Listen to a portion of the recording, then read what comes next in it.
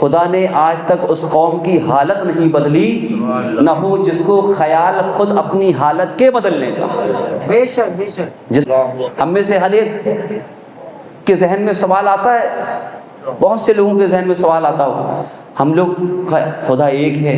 ہم لوگ کا نبی ایک ہے، ہمارا رسول ایک ہے، ہماری کتاب قرآن ایک ہے، ہمارا دین سب سے زیادہ سچا ہے، ہمارا دین سب سے زیادہ پرفیکٹ ہے، اس کے بعد بھی ہم اللہ کے وفادار ہیں، لیکن دنیا میں دندناتے ہوئے جو پھر رہے ہیں وہ اللہ کے دشمن، دنیا میں جو ظلم و ستم کے پہاڑ ڈھا رہے ہیں وہ اللہ کے دشمن، دنیا میں تخت و تاج جس کے پاس ہے وہ اللہ کے دشمن، دنیا میں جو حکمران ہیں وہ اللہ تبارک و تعالیٰ کے دشمن، جو کافر ہیں، جو مشرک ہیں، جو کفار و مشرکین ہیں، ان کے ہاتھوں میں یہ تمام چیزیں ہیں۔ آخر کیا وجہ ہے اے پاک پروردگار، آخر کیا معاملہ ہے؟ یہ معاملہ سمجھ میں نہیں آتا کہ تو نے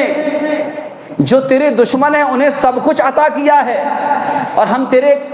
نام لیوا ہے، ہم تیرے کلمے کو اپنی زبان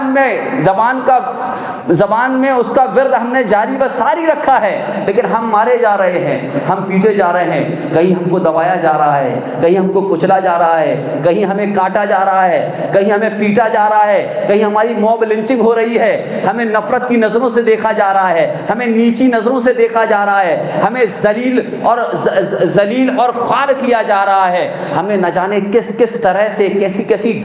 گھنونی نظروں سے دیکھا جا رہا ہے۔ اے پاک پروردگار، سب کے سب جبکہ ہم ہی تیرے کلمے پڑھنے والے ہیں، لیکن سب کے سب ہم کو کس طریقے سے کیسی نظروں سے دیکھ رہے ہیں۔ اے پاک پروردگار، یہ معاملہ سمجھ میں نہیں آتا تو عزیزان ملت اسلامیہ، یہ سمجھ میں آپ کو آئے گا کب؟ جب اللہ تبارک و تعالیٰ کے قرآن کے ذریعے تم جب رب سے بات کرو گے تو تمہیں اس کا جواب ملے گا کہ آخر یہ کیوں ہے کہ جو اللہ کے دشمن ہیں وہ تخت و تاج کے مالک ہیں اور ہم اللہ کے وفادار ہیں، ہم اللہ کے اسلام کے پرچم کو مضبوطی سے تھامنے والے ہیں، لیکن آج جگہ جگہ ہم پر ظلم و ستم کیے جا رہے ہیں، آج ہم کو جگہ جگہ ستایا جا رہا ہے، آج ہمارے ساتھ انصاف کا کوئی بھی برتاؤ نہیں، سلوک نہیں کیا جا رہا ہے۔ آخر اس کی وجہ کیا ہے؟ آخر ایسا کیوں ہو رہا ہے جبکہ ہم تو اللہ والے ہیں؟ تو اللہ تبارک و تعالیٰ نے قرآن مقدس میں اس کا جواب دیا ہے کہ پریشان مت ہو اگر کوئی دبا رہا ہے، پریشان مت ہو اگر کوئی کچل رہا ہے،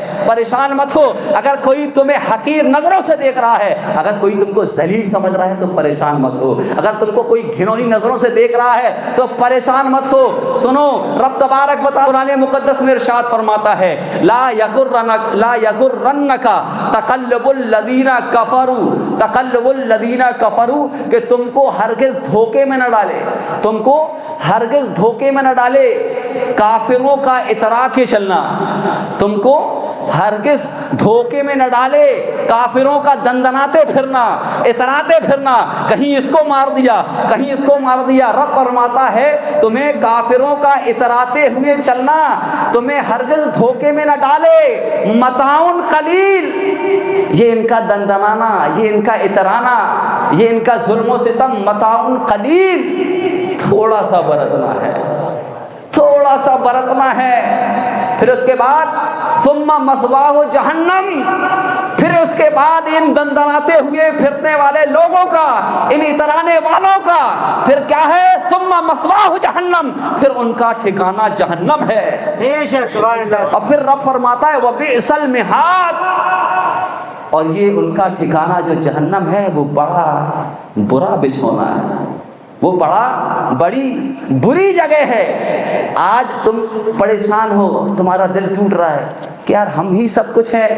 ہم ہی صحیح ہیں، لیکن ہمارے ساتھ ایسا ہو رہا ہے، تو اللہ نے اس کا جواب دے دیا ہے، اس کا جواب دے دیا ہے۔ حضرت عمر فاروق رضی اللہ تعالی عنہ، سید عالم صلی اللہ تعالی علیہ وسلم، سلطان عالمیہ، پوری دنیا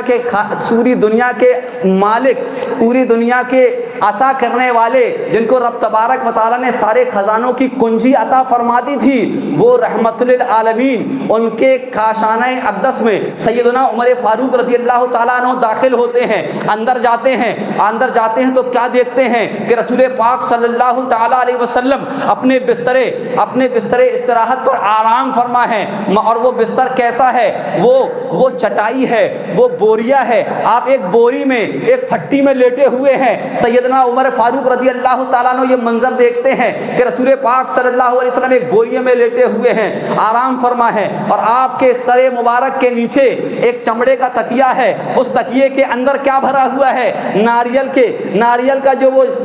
کا جو ریشہ ہوتا ہے، جو اس طریقے سے چھیلتے ہیں، آپ نے ٹھیلے والوں کو دیکھا ہوگا، وہ ناریل کا ریشہ چھیل کر اس تکیے کے گدے میں بھرا ہوا تھا۔ رسول کونین صلی اللہ تعالیٰ علیہ وسلم اس تکیے پر اپنا سر رکھے ہوئے اور آرام فرماتے۔ حضرت عمر فاروق کا جانا ہوا، حضرت عمر فاروق نے جب یہ حالت دیکھی، بخاری شریف کی حدیث پاک کا ترجمہ میں آپ کو سنا رہا ہوں کہ جب حضرت عمر فاروق نے جب یہ عالم دیکھا تو حضرت عمر فاروق کو رونا آ گیا، آپ رونے لگے، آپ کی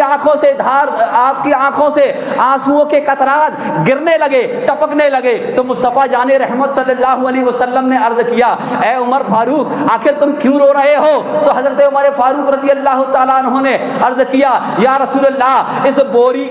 بوری کے نشان آپ کے پیٹھ میں، آپ کے بدن میں پڑ گئے ہیں، اس بوریے کے نقش آپ کے بدن میں پڑ گئے ہیں۔ آپ جبکہ شہنشاہ کونین ہیں، آپ رحمت للعالمین ہیں، آپ اللہ تبارک و تعالیٰ کے پیغمبر اور رسول ہیں، اور آپ ایسے عالم میں ہیں اور کیسر و کسرا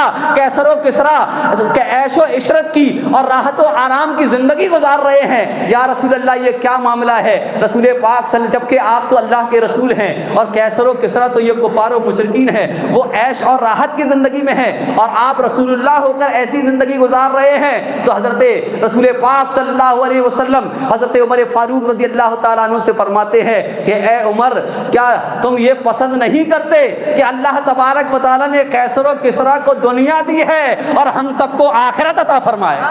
سبحان اللہ۔ سمجھ رہے؟ یہ حدیثوں میں، ان حدیثوں اور ان آیتوں میں ہمیں یہ سبق ملتا ہے، یہ ہمیں پیغام ملتا ہے کہ اگر یہاں کچھ ہوتا ہے، بس میں ختم کر دیا میں نے، یہاں جو پیغام ہوتا ہے، یہاں جو دنیا میں جو بھی چیزیں ہو رہی ہیں، تمہارے دل کبھی اس سے ٹوٹے نہ، تمہارے دل کبھی قبیلہ خاطر نہ ہو، کبھی تمہارے دل میں کوئی شکوہ شکایت نہ ہو، رب سے کوئی ناراضگی نہ ہو، کبھی ایسا خیال بھی نہ لانا، کبھی ایسا سوچنا بھی نہیں، گمان بھی نہیں کرنا کہ یا اللہ ہم تو سب کچھ تیرے حساب سے کر رہے ہیں، ہم نماز بھی پڑھ رہے ہیں، روزے بھی رکھ رہے ہیں، لیکن ہمیں ہی ظلم و ستم کا نشانہ بنایا جا رہا ہے، ایسا خیال نہ رکھنا۔ بلکہ جب کبھی ایسی مصیبت اور پریشانی آئے، جب کوئی تمہیں ستائے، کوئی تمہیں دبائے، تمہارے ساتھ ناانصافی ہو، کہیں کورٹ میں، کہیں گلیوں چوراہوں میں، کہیں مارکیٹ میں، بازاروں میں، کہیں تمہارے ساتھ ناانصافی ہو، بدسلوکی ہو، تو تم فوراً یاد کر لینا کہ اللہ تبارک و تعالیٰ نے تو ہمارے لیے نعمتیں، جنتیں، جنتی باغ، جنتی نہریں، جنتی حوریں، جنتی انعام تو آخرت میں رکھا۔ فوراً یاد کرنا، تمہیں طاقت ملے گی، تمہیں قوت ملے گی اس طریقے سے، ورنہ تم پر شیطان حاوی ہو جائے گا، تم طرح طرح کے سوال کرو گے اور پھر اپنی گریبان میں نہیں جھانکو گے، تم طرح طرح کے سوال کرو گے اور پھر آخری میں کیا ہوگا؟ تم اپنی گریبان میں نہیں جھانکو گے اور اچک کے دوسرے کے گریبان میں جھانکو گے کہ میں جو برباد ہوں میری وجہ سے نہیں، میں اس کی وجہ سے برباد ہوں، میں جو برباد ہوں اس کی وجہ سے برباد ہوں۔ تو بہت زیادہ پریشان ہونے کی ضرورت نہیں ہے کہ کس کی وجہ سے، تم اپنی وجہ سے پریشان ہو، اور اگر کوئی مصیبت آئے تو یہ سمجھنا کہ یہ رب تبارک و تعالیٰ کی طرف سے۔ سمجھ رہے؟ قرآن میں رب نے ایسے فرمایا، بتائیں کیا فرمایا؟ رب نے ایک فرمایا وما عند اللہ خیر للابرار، اللہ کے پاس جو رکھا ہے نا، وما عند اللہ خیر للابرار۔ اللہ کے رسول نے جب حضرت عمر فاروق کو جو یہ جواب دیا، اس جواب کی مناسبت سے رب نے آیت پہنچائی۔ وہ آیت کون سی تھی؟ وما عند اللہ خیر للابرار، کہ جو اللہ کے پاس رکھا ہے نا، جو اللہ کے پاس رکھا ہے وہ نیکوں کے لیے بہت بہتر چیز رکھا ہے، نیکوں کے لیے بہت بہتر رکھا ہے۔ اب وہ بہتر تم نہیں سمجھ سکتے، ہم نہیں سمجھ سکتے، ہماری اندر اتنی استطاعت نہیں ہے۔ اللہ